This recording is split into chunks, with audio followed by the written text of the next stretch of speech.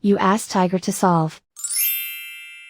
This deals with linear equations with one unknown. The final result is x equals -64. Let's solve it step by step. Group all constants on the right side of the equation. Subtract 9 from both sides. Group like terms.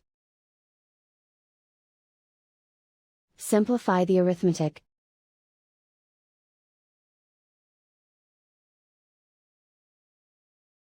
Isolate the x. Multiply both sides by inverse fraction 4 over -3.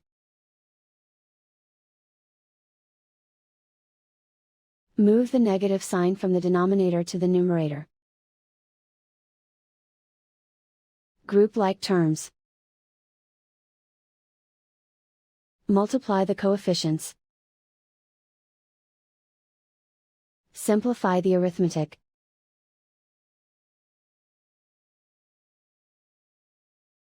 Move the negative sign from the denominator to the numerator. Multiply the fractions. Simplify the arithmetic. And so the final result is x equals -64.